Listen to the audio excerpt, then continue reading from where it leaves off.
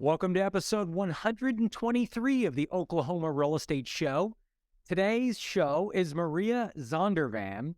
She started off as an environmental protection scientist, literally studying endangered species in our beautiful planet, and realized that to continue her passion, she needed to get a little bit more creative about income, which led her to real estate. And she's going to tell her story and what she's learned along the last 25 years of investing in real estate and share with you some parting tips and tricks going into 2023 and beyond. Maria, welcome to the show today. Thank you so much for having me. So briefly kind of tell us your story. Where did you start in life and how did you get where you're at now? When it comes to the real estate world, I was actually at the University of Florida. It's my final semester there, and I'm up late at night studying, cramming. And you know those infomercials used to come on TV back then, and one of those infomercials about real estate clicked on. And I got stuck watching that instead of studying and decided to use the money I needed for my textbooks to instead buy this infomercial real estate course.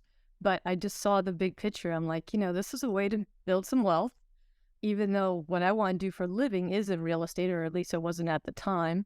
As you mentioned, I went into the environmental field, became a wildlife biologist, but I knew I'd never make good money doing that, right? So it's good to have a backup plan. I wanted to do what I was passionate about, but I wanted that backup plan. And that's the beautiful thing about real estate. It grows with time, you put it in place and it just goes.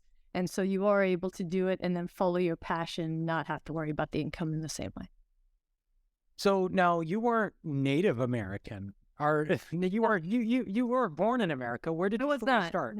Yeah. Okay. So we're going way back. Yeah. Yeah. Let's do it. Give us 5 minutes. Do it. Your story is incredible. So I want people to really understand where you're coming from, where your headspace was, and how you used that as an asset to grow your portfolio. Oh, well, thank you.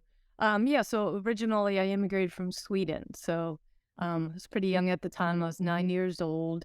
My parents had an import-export business of Swedish crystal to the United States. At some point, it became easier to run that from here. And we had family here, grandparents on both sides. And so, we could legally immigrate and do that. And that was kind of turn your whole world upside down, come to a country. I didn't speak one word of English when I got here. My parents just shoved me right into public school. Absolute shock to the system. But I think it woke me up because I was a really lousy student when I was in Sweden. I was just about, hanging with my friends, doing all that kind of stuff. But when you don't know the language, you all of a sudden have to pay attention, which is something I was lousy at before. So I think it was a real blessing. It became a better student, became a better listener, and had to really work. And so I learned how to work.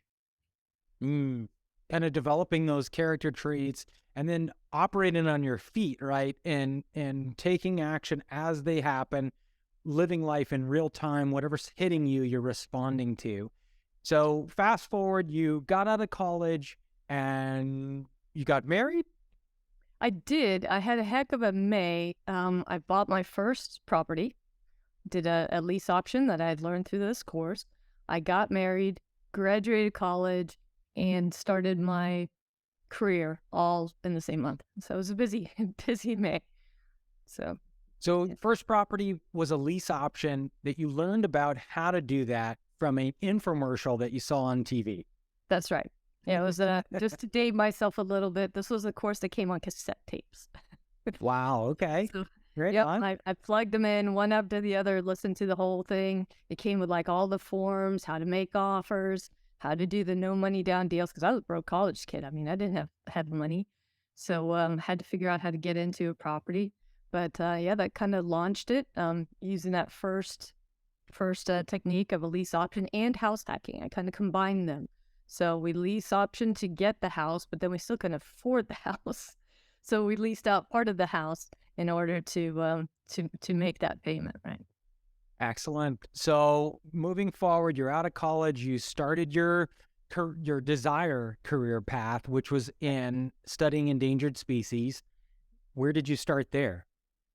Yeah, so I started with the Fish and Wildlife Conservation Commission as a biological scientist one, is what they called it back then. And Yeah, started doing permitting and stuff like that. Eventually graduated to working hands-on with a lot of different endangered species. Everything that's, crawled, slithered, or flew in Florida or swam.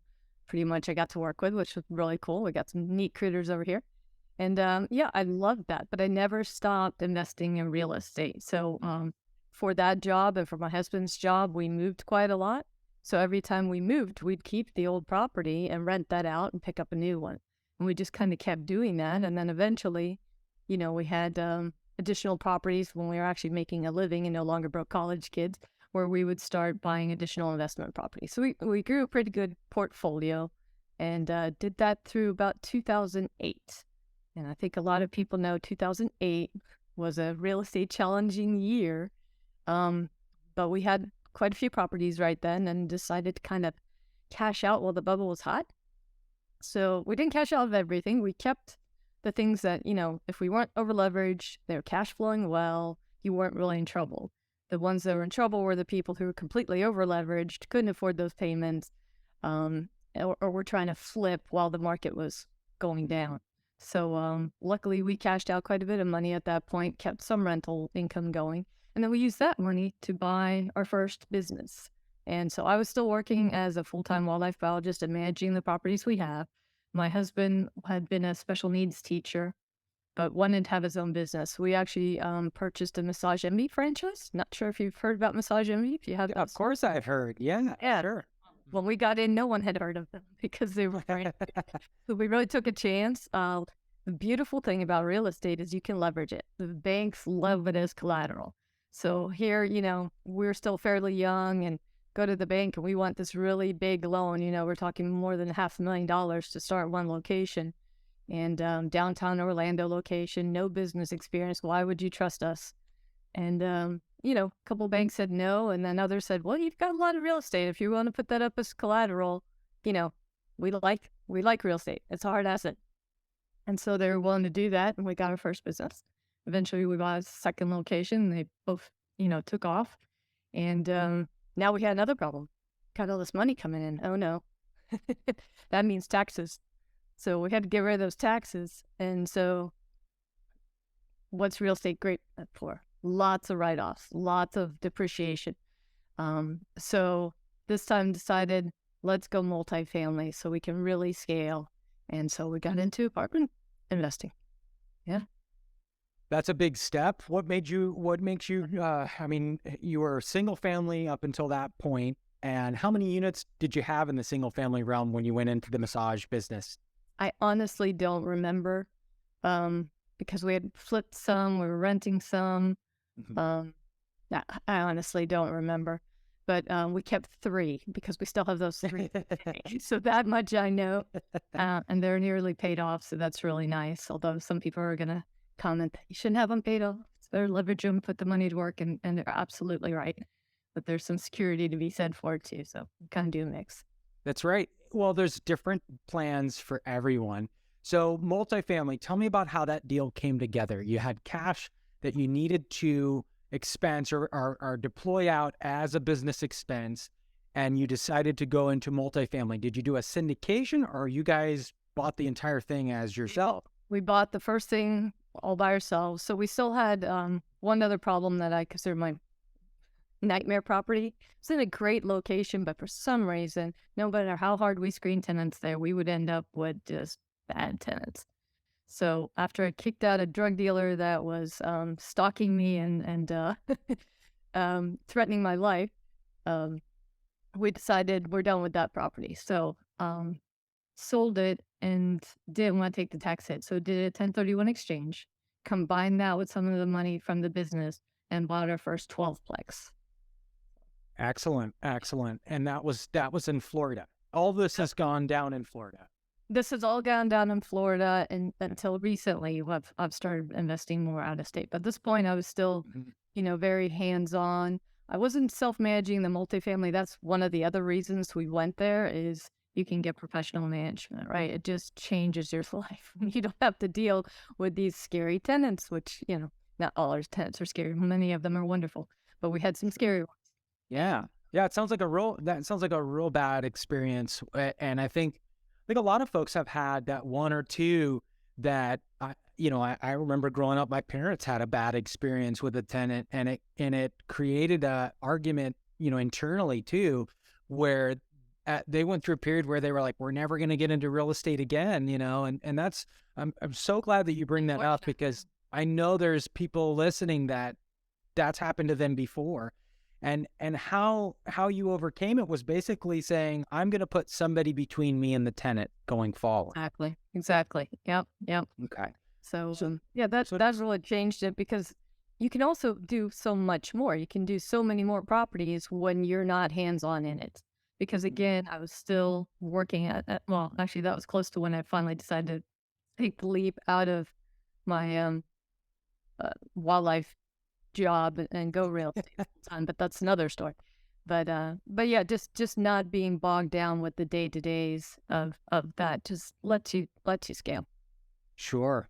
So you got the 12 unit, you have 2 massage parlors, that sounds so bad, clinics. I know people are thinking Florida massage parlors. No, clinics, and you're investigating endangered species, I'm assuming, during the day. Is that kind of what your life was at that moment? Pretty much. Yeah. What kind of species are you dealing with at that point? My passion was a little woodpecker called the red cockaded woodpecker, and most people have never heard of them. But they're, there's less than 3% of them left in the world from their original range, and it was a crazy job. You're climbing trees and installing artificial nest boxes. It's basically fine carpentry with a chainsaw while tied to a tree. So doing that, capturing at night from locations where they're doing well, translocating them to places where you try to reestablish populations, tracking their breeding, just really hands-on, banding all the nestlings so we can identify them, count the populations. It was great. And then a lot to improve their habitat, which involved live prescribed burning. So you're hanging out of helicopters, doing fires, or burning by airboat or horseback or whatever. A lot of fire stuff. Also fought a lot of fire, did a lot of wildland firefighting. So it was a fun career, because you never knew what to expect from day to day. You're getting your ATV stuck, you're breaking down, you're stuck in the mud, you're finding cool critters. I remember one night where I was doing a roost check, which is when you're checking for them early in the mornings, but to get out there when it's pitch black, and I'm hiding in the bushes, and I started hearing growling behind me. Never saw it, but I'm pretty sure it was a Florida panther. And it was raining a little bit, had a head thingy on, so I couldn't detect which direction it was coming from. I was terrified to move, because I'm like, if I move towards it, that's a sign of aggression. Now I'm in big trouble. So I need to move away from it, but I can't, don't know where it's at. So I just stayed still. And eventually I heard footsteps leaving, and I don't know, that was pretty terrifying. But My it God. was a fun career. It was a fun career, for sure.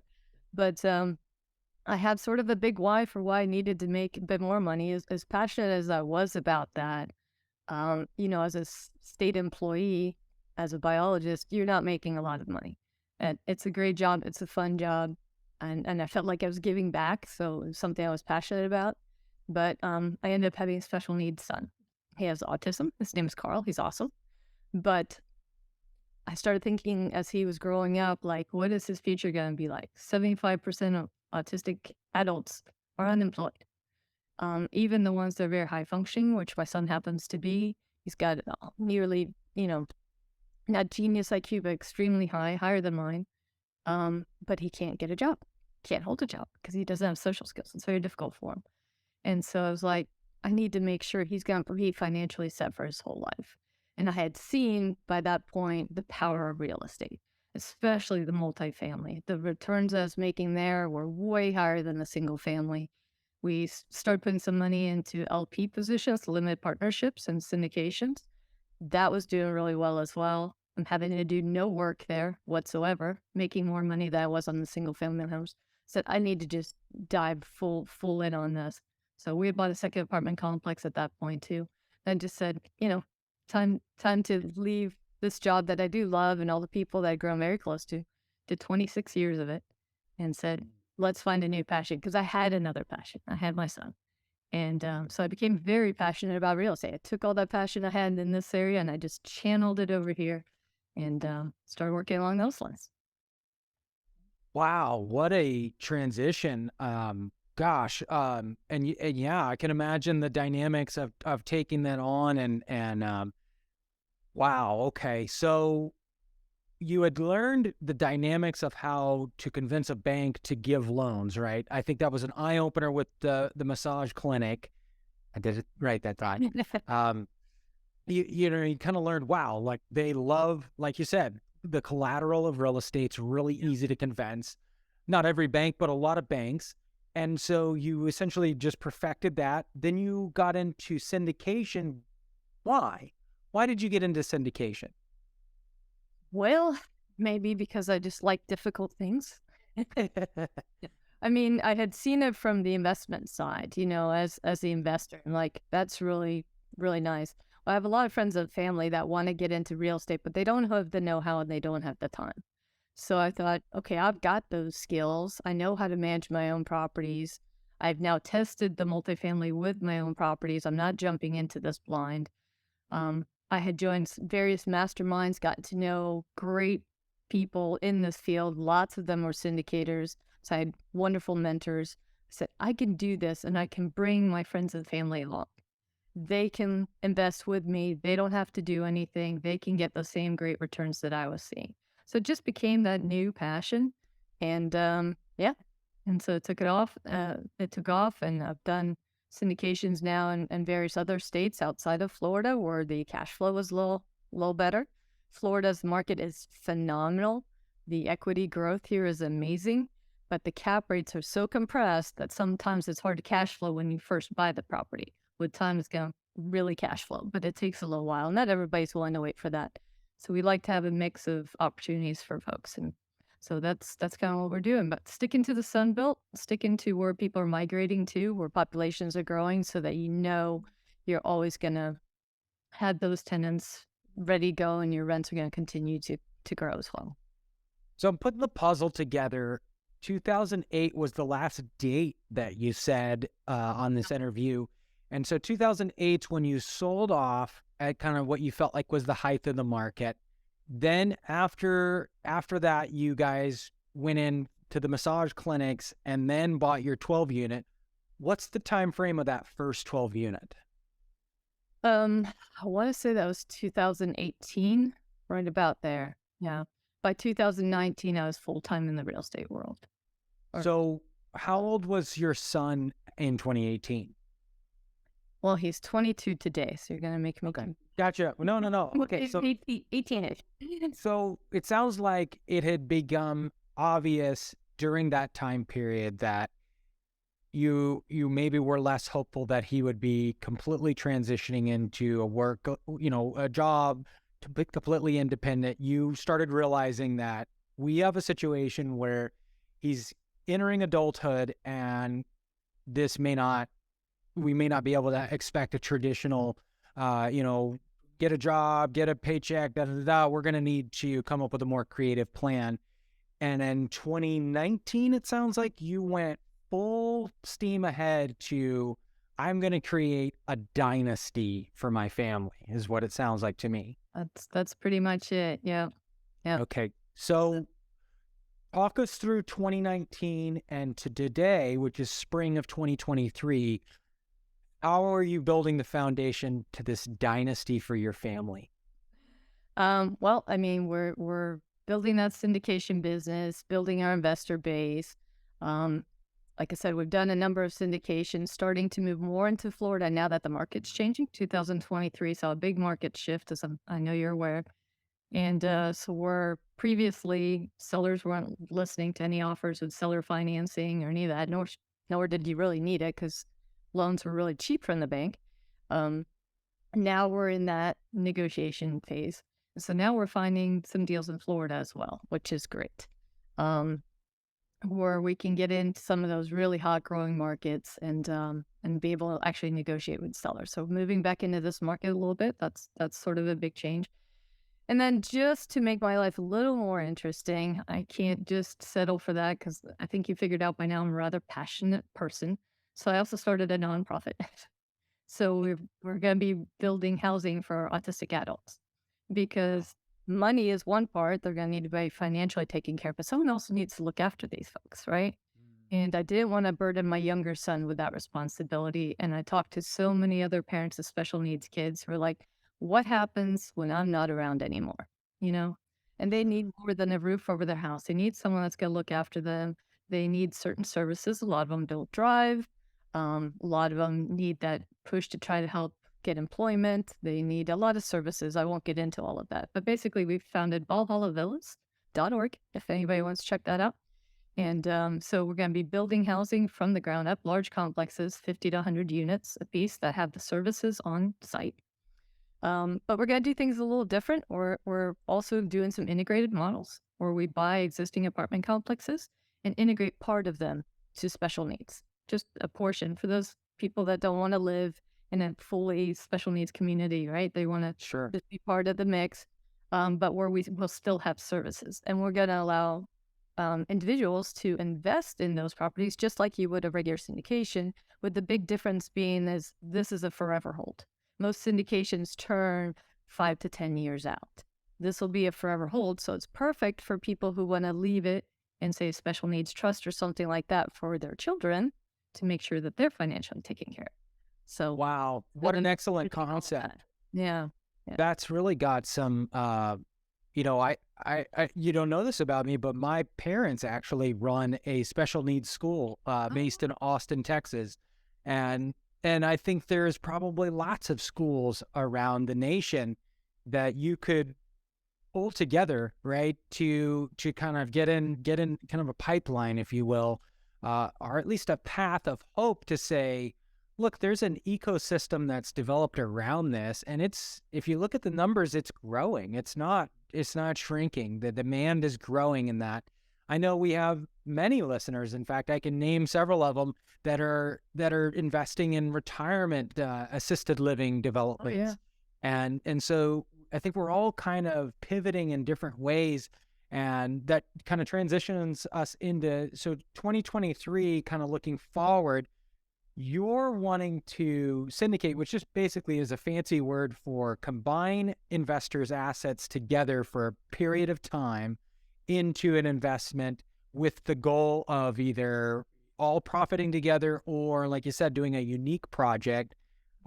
So in 2023 going forward, is that what you're doing, or do you have any recommendations for other investors that you've learned and that you're kind of like, where's your focus right now? I'm doing binoculars because we're looking for extinct animals, but now we're looking for extinct listings. Well, and I love that you were using the ecosystem term too, right? Because that's one I'm very familiar with.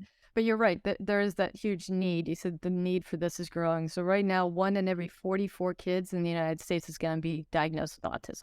So I mean, that's just mind-boggling. Yeah, and that rate that they just released that this year, that 1 out of every 44 Americans that are born are going to be diagnosed with autism. Yep.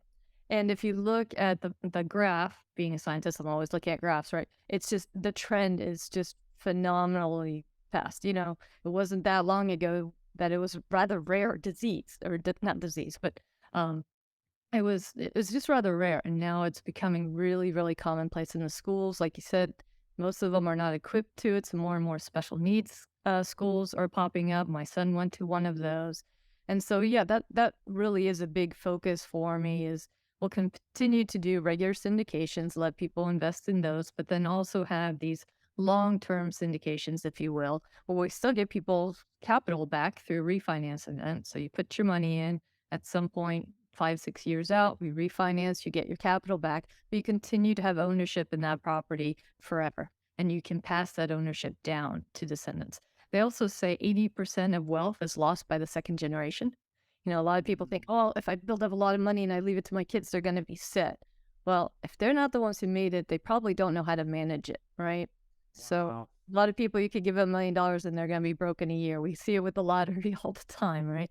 So if you really assure that future wealth, you can put that in a trust where they can't sell it. They have to just take that cash flow every month or every quarter, whatever the distributions are. So that's the main focus right now. That's incredible. You've just said, I know I can just see the wheels spinning on, You might be on a train, and I know some of you folks are, they listen on the train on the way in New York or DC, and the wheels have got to be going when you talk about the growth in that market and just the demand. Now, let's dive in a little bit. We got about 10 minutes left here. Dive in on what's the difference between a traditional multifamily and a multifamily that would service kids with this special needs. Yeah. So it's the service sector. So you've got your housing and then you've got your services. And so you have to provide both. But you kind of separate them out. Rent is one thing, housing is one thing. You have a separate sector for that.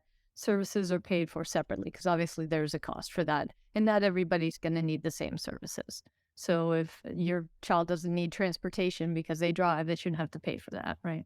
So basically, it's a menu of things. If they need life skills training, they need to learn how to keep their apartment orderly, that sort of stuff will provide that. Social engagement is critical. So many of these individuals are very, very lonely. They have social skill problems. They're not good at making friends. And so they end up very, very lonely. And the suicide rate is just off the charts. I don't even want to talk about it. It'll make me cry. But we see suicide rate is really, really high. Or they get into substance abuse to deal with it or try to deal with it, which of course only makes the problem worse. So we want to make sure we have a social component. So that's part of the services too. We're going to have that Friday pizza party and the Saturday movie night thing and the pool party and whatever. So we'll arrange for those activities, make sure people get engaged. We'll also have roommate matching services where, that's one way to kind of force a friendship, right? You get to know that person's living under the same roof. In some instances, there's a property we're looking at now that's very close to a university that has a program for students who want to be special needs teachers and that sort of thing, where we're going to do, this is modeled after the buddy program that they have at the University of Miami, where the students live with these special needs folks. So maybe it's a 2-bedroom or 3-bedroom, maybe a 4-bedroom. So one person will be what we call neurotypical, or you might say regular person, right? In this case, a college student that specializes in special needs, and the rest are special needs individuals. So they have somebody kind of watching out for them, house mom, you might call it if it's a woman or something like that. But also make sure they get to those social activities and make sure the apartment stays clean and everybody's doing their part and all that kind of stuff. So I could go on and on. There's a long list of services, but I know we have limited time, but people can check it out at valhallavillas.org. There's a whole list of the services that would be coming along with that. But yeah, we're gonna list that in the description below. As you guys know, we've got that stuff. So let's get into the numbers just real quick. How does something like that differ from a normal apartment complex? When you say all this, I almost feel like it sounds very similar to student housing. It's a kind of a similar path. Obviously, you have a lot more amenities there. It's the gap between student housing and assisted living, right? Like you're filling in the gap between these two institutions. Is it paid for in the rent? And is that something Section 8 would even pay for? Or yeah, so that's why we have to separate out the housing from the services, because a lot of them are on Social Security or maybe they get Section 8 or things like that. So we do work to keep them affordable. So it is going to be affordable housing, but not junk housing. We're talking new, nice, beautiful complexes, right? Someplace where you'd want your kids to live. But we can keep it affordable by getting grants. The ones that we're building from the ground up, I mean, like the government can pay for like 70 to 80% of that, right? So that lets you keep it very affordable. By having roommates, that reduces the cost even further. And then, yes, we can take some of that program money that the government can offer to these individuals, but they usually get separate money for services, right? So that can be billed separately on that side. As far as the exact cost, that's going to really vary depending on where they are. Our goal is to have at least one complex like this in every state in the United States because the need is everywhere. And the cost is going to vary greatly depending on where you're at. And the other thing we want to focus on is complexes that are within walking distance of grocery stores and employment areas. So shopping centers and that kind of stuff, so that there's less need for transportation, because that's one of the biggest costs. So I immediately see, a savant, for example. Some of you may know a savant is an individual that has been identified to be operating in a very specific category in a very high manner. A savant an example would be someone that can remember every single date for the last 20 years. You can ask them, what day of the week was Tuesday in 1970 or, 1973, May 13th, and they'll tell you the exact day of the week it was then. Those kind of just crazy cognitive abilities. I almost see these facilities being the kind of the back horse of being able to take care of the normal life activities so that they can then use their their assets, their mental assets to work on projects for Google and Android and Apple and just push the boundaries of writing code and coming up with creative solutions, but maybe unable to kind of handle their regular life. So this coming alongside and saying, we're going to help with all those things that are difficult for you and allow you to then be found by a third party that would come in and be able to hire that individual, whereas before there was no chance of them being able to get a job. And I think, hearing the CEO of Zillow, Rich Barton, talking just last week about how the online job economy has enabled people with disabilities to be competitive in the job force like never before, who, if they were in a wheelchair and the building was awkward, or you even talk about these type of disabilities where maybe they're great at writing code, they're great at doing all these different things, but they're not so good at the water, station or the Water cooler. Yep. the water cooler. Yeah, it just makes it uncomfortable. And now with the digital economy and this kind of remote working, we've opened up the doors to so much more potential. And then layering your organization on top of that to kind of take care of those nuts and bolts is phenomenal. I could see corporate sponsored, campuses that's literally, these savants are working on the latest and greatest tech and really specializing. So great stuff. We really want to get to that corporate sponsorship. That is on the list. But I think we got to prove ourselves first and let them see what we got. But yeah, that laser focus, that's a gift. A lot of people have that. We talked about the dream. What's now? What now can people get involved with you on?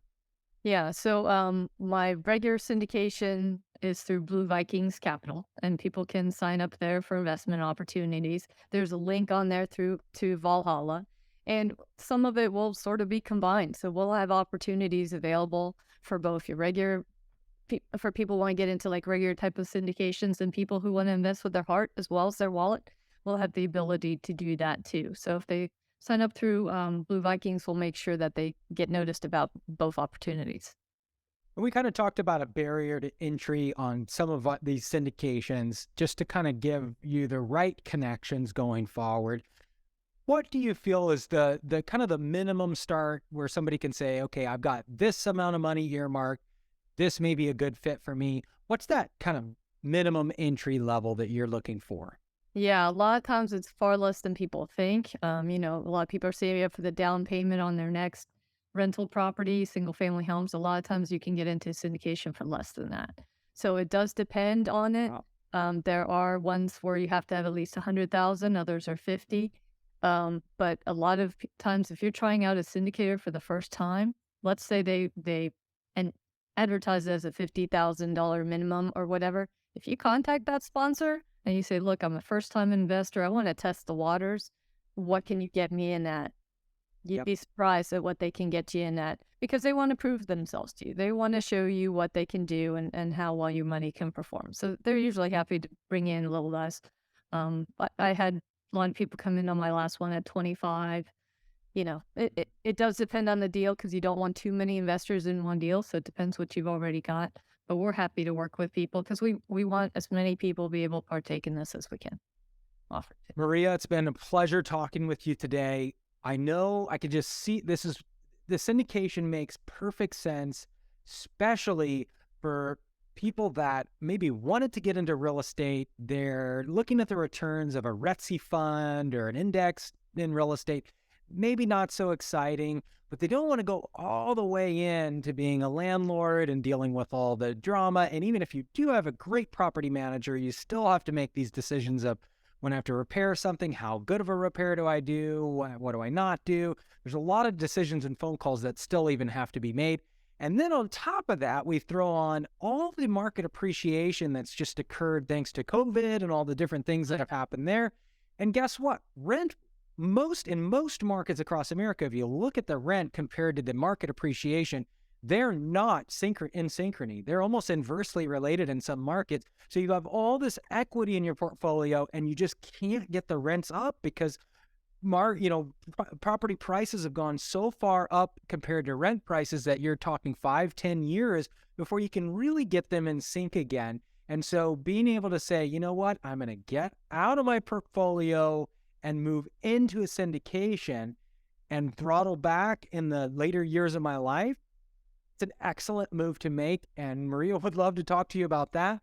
If you have properties in Oklahoma, we'd love to talk to you about transitioning. If that's something that you're listening and you're going, man, this is a good fit, we'd love to talk to you about that as well, getting rid of those ugly ducklings that aren't performing right, and let's get that money performing in something that's truly changing lives. So Maria, thanks for coming on the show today. I will definitely be in touch with you. This is a great relationship we've got going in the right direction. It's been a pleasure. Thank you so much. All right, let's see here.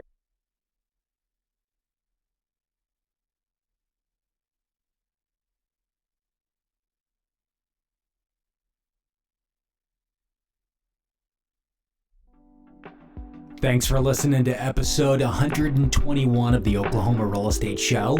If you're thinking about buying or selling in Oklahoma City or the surrounding area, there is a link below to begin your search and get in contact with me. If you've got some ugly ducklings in your portfolio and you need to sell them, I am the agent for you.